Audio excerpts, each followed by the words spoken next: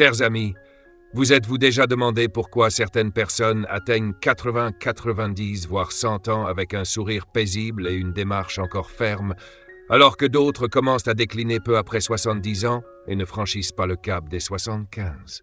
Beaucoup pensent que c'est une question de destin, de chance ou d'hérédité. Pourtant, la vérité est plus subtile. Il existe une action, ou plutôt une habitude, que l'on ignore trop souvent et qui peut décider de notre longévité. Fermer les yeux sur elle, c'est raccourcir son chemin de vie. La prendre au sérieux, c'est ouvrir la porte à des années supplémentaires de santé et de sérénité. Cette action n'a rien de spectaculaire. Ce n'est ni un traitement coûteux, ni une formule magique, ni un secret réservé aux initiés. Elle réside dans l'attention aux petites choses du quotidien.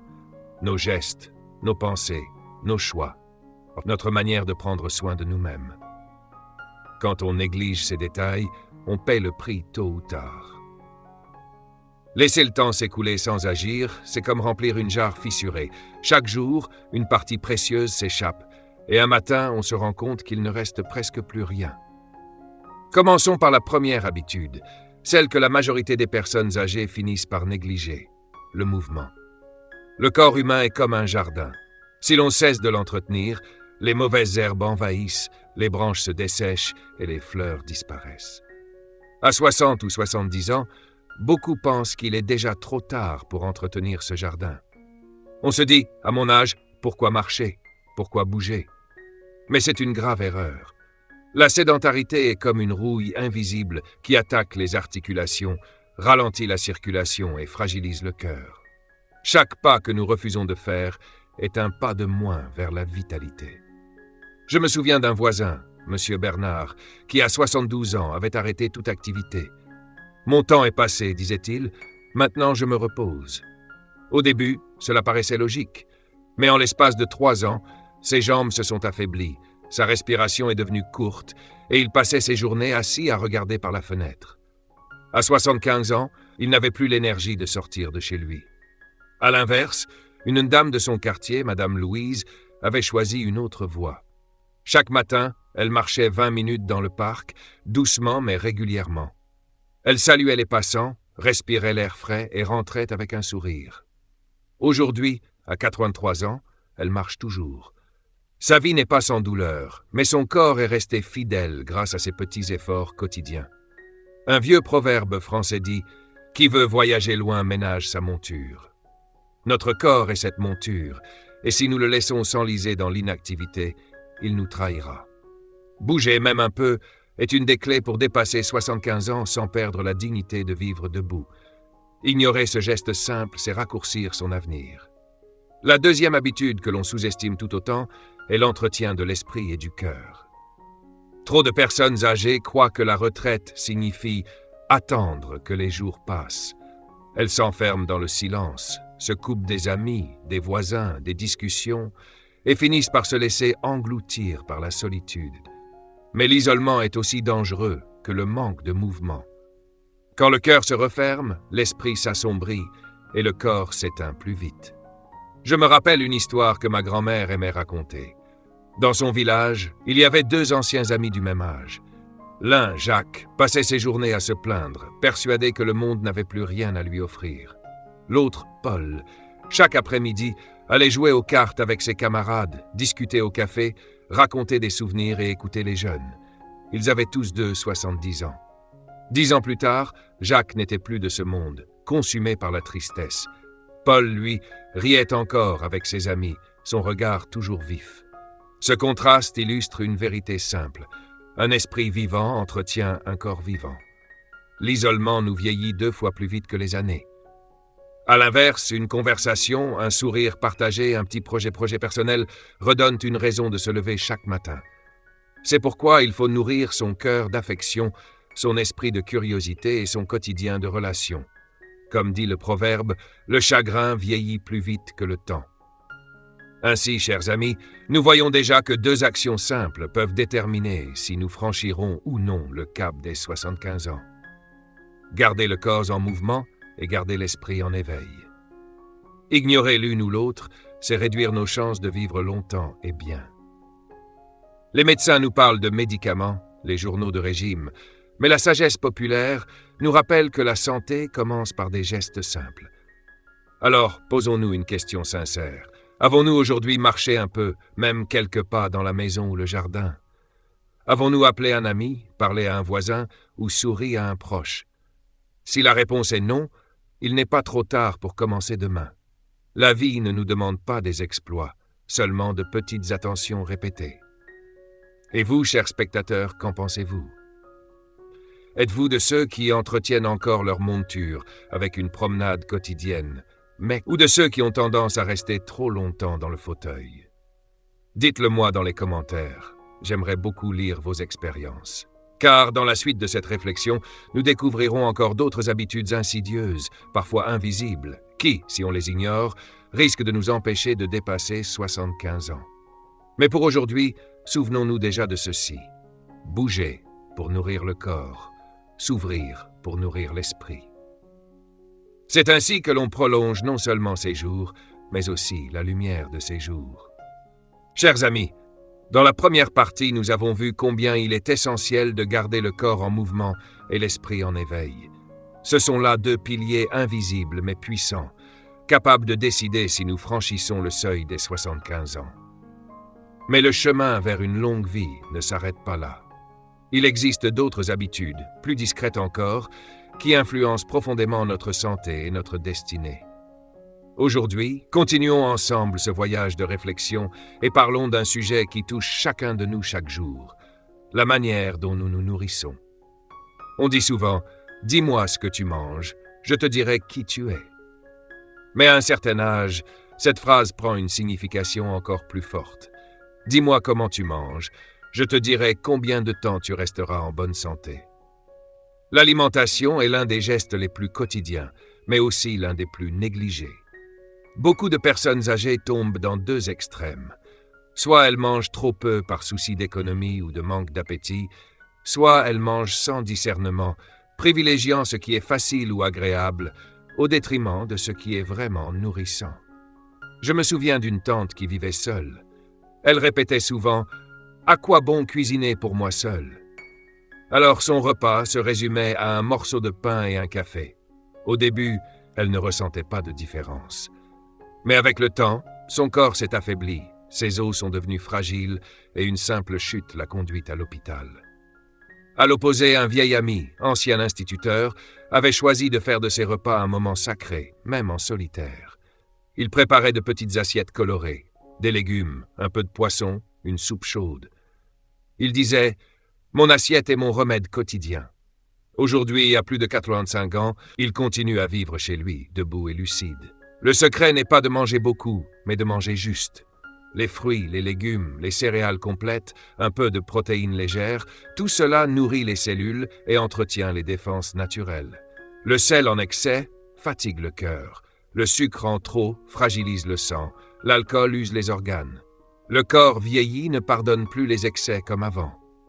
Ignorer ce fait, c'est comme mettre de l'essence sale dans un moteur ancien. Il s'encrasse et finit par s'arrêter trop tôt. Un proverbe dit « La santé entre par la bouche ». Et c'est une vérité qu'on oublie souvent en vieillissant. Préparer un repas équilibré, même simple, c'est se donner chaque jour une chance de vivre plus longtemps. Et surtout, c'est un geste d'amour envers soi-même. Alors, chers amis, demandons-nous, hier, qu'avons-nous mis dans notre assiette? Était-ce une nourriture qui nourrit notre vie ou qui, au contraire, raccourcit nos jours? La troisième habitude que beaucoup de personnes ignorent est le refus, conscient ou inconscient, de consulter un médecin ou de suivre les soins de base. Beaucoup se disent « À mon âge, cela ne sert plus à rien » ou bien « Les médicaments sont trop chers » ou encore « Je ne veux pas embêter mes enfants avec ça ». Pourtant, négliger sa santé par fierté ou par résignation est l'une des erreurs les plus graves. J'ai connu un monsieur, ancien artisan, qui souffrait de douleurs au ventre. On lui conseillait d'aller voir un médecin, mais il répondait toujours « Ce n'est rien, ça passera ». Pendant des mois, il a enduré en silence, jusqu'au jour où la douleur est devenue insupportable. À l'hôpital, le diagnostic est tombé, un cancer avancé. S'il avait consulté plus tôt, son destin aurait été tout autre. À l'inverse, une voisine de mon quartier, Madame Hélène, faisait un petit contrôle chaque année. Tension, cœur, analyse simple. Grâce à cela, elle a pu détecter tôt un problème de diabète. Aujourd'hui, elle vit avec une alimentation adaptée, un suivi léger et surtout, la tranquillité de savoir qu'elle tient sa santé sous surveillance. Elle répète souvent « Le médecin n'est pas là pour me faire peur, mais pour m'aider à vivre plus longtemps ». Beaucoup pensent que la médecine moderne est inutile à un âge avancé, mais c'est faux. Les examens simples, les soins de prévention, les médicaments bien adaptés peuvent prolonger la vie et surtout éviter des souffrances inutiles. Ignorer cette habitude de suivi, c'est laisser la maladie avancer en silence. Un vieux dicton chinois dit « Mieux vaut prévenir que guérir ». Et à notre âge, cette phrase devient une règle d'or. Un petit contrôle vaut mieux qu'un grand traitement. Ne pas consulter par orgueil ou par négligence, c'est souvent condamner son avenir. Chers amis, nous avons maintenant vu 3 piliers essentiels. Bouger pour garder le corps vivant, nourrir son esprit pour éviter la solitude, manger avec discernement pour protéger ses organes et consulter pour prévenir plutôt que guérir. Chacun de ces gestes paraît simple, presque banal, mais ensemble, ils construisent une barrière invisible qui nous aide à franchir les 75 ans et à les dépasser avec dignité. Alors, je vous pose la question, avez-vous déjà repoussé une visite médicale par peur ou par paresse? Ou bien avez-vous, au contraire, ressenti le soulagement d'un contrôle qui vous a rassuré? Partagez vos expériences dans les commentaires. Vos histoires peuvent inspirer d'autres personnes qui hésitent encore à prendre soin d'elles. Car la route de la longévité n'est pas faite de miracles, mais de constance. C'est une succession de petits pas, de choix simples mais répétés. Ignorer ces actions, c'est prendre le risque de voir la vie s'arrêter avant 75 ans. Les embrasser, c'est offrir à son corps et à son esprit la possibilité de continuer à sourire, à marcher, à aimer et à partager. Et dans la prochaine partie, nous parlerons encore d'autres habitudes invisibles, celles qui concernent la manière dont nous gérons nos émotions et notre rapport aux autres. Vous verrez, parfois, ce n'est pas seulement le corps qui raccourcit nos jours, mais il est fardeau du cœur. Restons ensemble pour poursuivre ce chemin de sagesse. En avançant dans la vie, il est essentiel de continuer à prendre soin de soi, tant sur le plan physique que mental. À ce stade, chaque choix compte, et certaines habitudes peuvent, sans que l'on s'en rende compte, réduire notre longévité. Ignorer ces signaux du corps ou ces petits gestes quotidiens peut avoir des conséquences importantes. C'est pourquoi, au-delà des conseils pratiques que nous avons explorés jusqu'ici, il est crucial de comprendre que le respect de soi et la vigilance face à sa santé deviennent nos meilleurs alliés après 75 ans. Il est fréquent que, malgré les bonnes intentions, les seniors continuent de repousser leurs limites. Parfois, on se dit « ce n'est qu'un peu de fatigue, je vais continuer » ou « ce n'est qu'un petit écart alimentaire, ça ne fait pas de mal ». Pourtant, ces petites décisions répétées jour après jour peuvent peser lourdement sur le corps et l'esprit. Il ne s'agit pas de vivre dans la peur ou l'obsession, mais de développer une conscience quotidienne de ce que notre corps nous dit et de répondre à ses besoins avec respect et douceur. Marcher lentement, s'hydrater régulièrement, prendre le temps de respirer profondément, écouter ses douleurs et consulter lorsqu'un symptôme persiste. Voilà des gestes simples mais puissants qui peuvent transformer la qualité de vie. La santé mentale et émotionnelle joue également un rôle central. Après 75 ans, beaucoup ressentent la solitude ou l'isolement, surtout lorsque les proches sont occupés ou éloignés.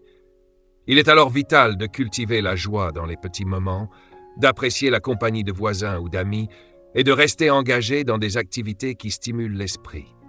Lire, écouter de la musique, jardiner ou même apprendre quelque chose de nouveau peut raviver une énergie souvent sous-estimée.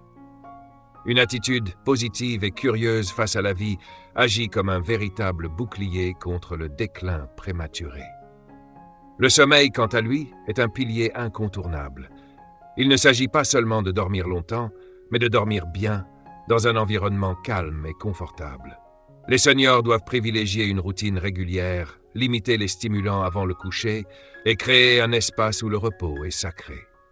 Ce simple ajustement améliore non seulement la récupération physique, mais renforce aussi la mémoire et l'humeur, permettant d'aborder chaque journée avec plus de sérénité et de clarté.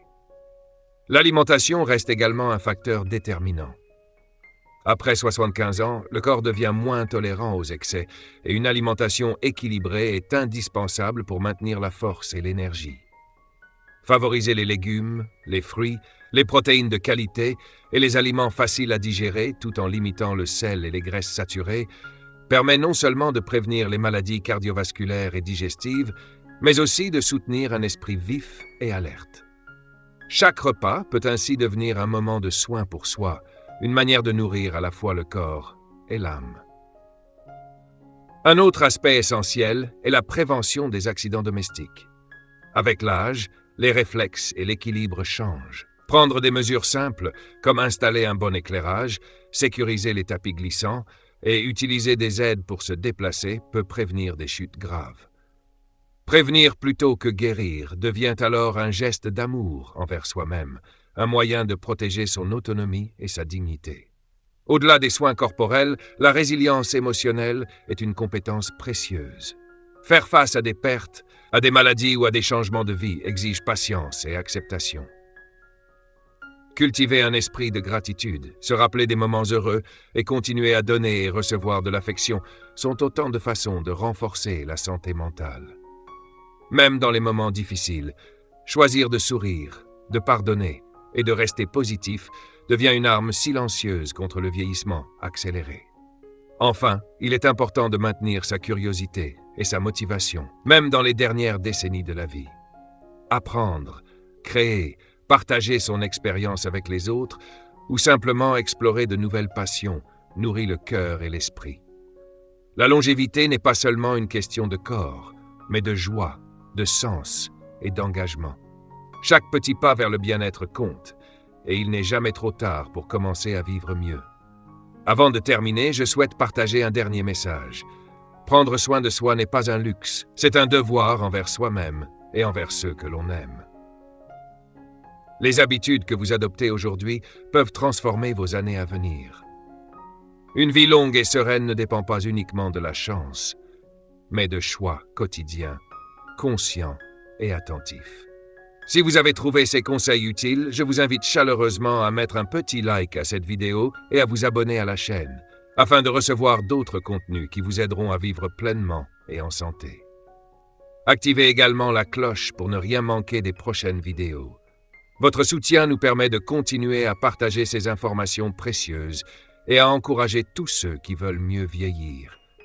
Rappelez-vous, chaque jour est une nouvelle opportunité pour prendre soin de vous, cultiver la joie et renforcer votre santé. Même après 75 ans, il est possible de vivre avec énergie, sérénité et bonheur.